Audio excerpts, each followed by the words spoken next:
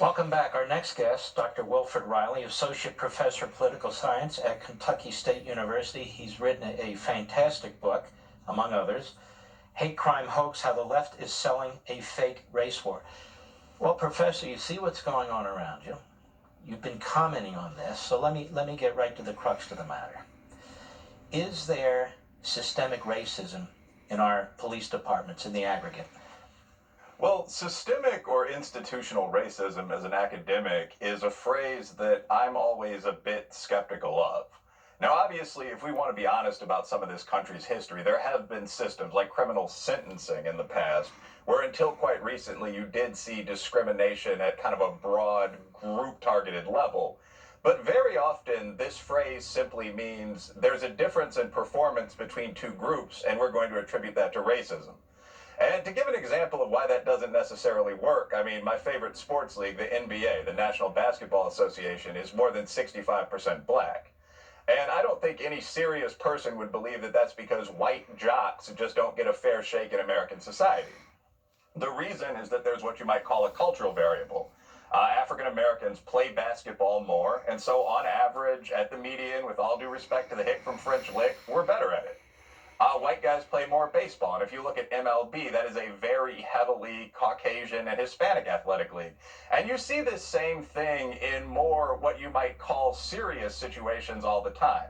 So in 1995, the government economist June O'Neill, who's a liberal, as I understand, and the conservative researcher Dinesh D'Souza, who was fairly nonpartisan at the time, looked at the troubling fact that there is a gap between black and white incomes. As I recall, African Americans made 82% of what Caucasians did. And this was just universally attributed to racism. And what they found out was that that wasn't the case. There were a lot of quote unquote variables involved. African Americans are a younger population. The most common age for a black man is 27. The most common age for a white man is 58. Obviously, people earn more later in life when they've had the chance to move into executive roles. African Americans are much more concentrated in the South, where wages are lower for everyone. If you adjust for these factors and just a couple of others, I mean years, not even quality of schooling, just staying in school, average performance on a test like the SAT, the gap almost disappeared.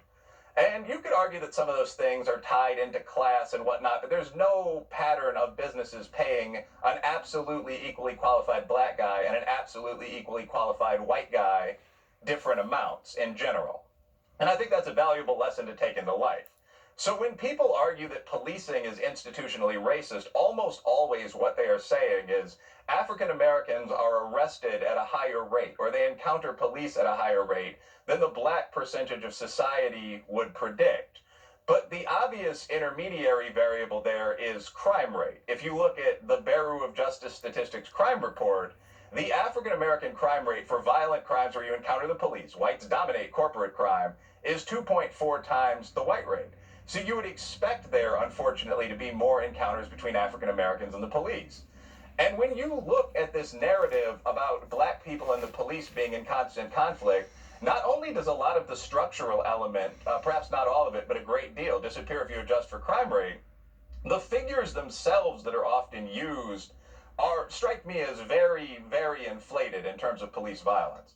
So there's a comprehensive database of police shootings and police killings maintained by the Washington Post newspaper. There's another one that's kept online and live at www.killedbypolice.net. And if you look at that Washington Post database, for some reason the figures change from time to time. But until about a week ago, the total number of unarmed men killed by police in the USA last year was listed as 9 unarmed black individuals. Total number of unarmed people, all races, all sexes, was only 56. There were only about 1,000 people of all backgrounds, armed or unarmed, killed by police, and only 229 of those were African American. And there's a lot of serious research that looks at types of violence other than just shooting, other than killing. So Roland Fryer, who is one of the youngest individuals ever to gain tenure at Harvard, and like me as a black man, took a comprehensive look at every type of police violence in a paper that came out in, I believe, 2016. And what he found is that there were some small gaps. African Americans were a bit more likely to be, for example, cursed at or lightly shoved. But when it came to extreme beatings or police shootings, African Americans, in the case of shootings, were actually 24.2 less likely, with everything along with race adjusted for, to be shot by the police than whites were.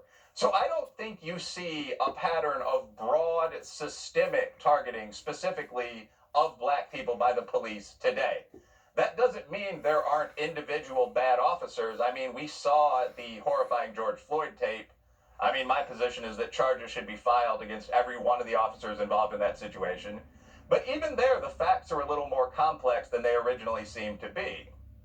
Two of the officers on the scene, as it turns out, Thao and Kung, if I have the names correct, are not Caucasian men.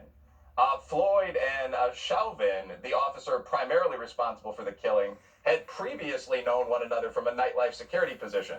So I don't think we can just look at interactions between African Americans and the police and say, what we have here is an epidemic pattern of racism, a genocide, as Attorney Trump called it in a recent book. All right, we'll be right back.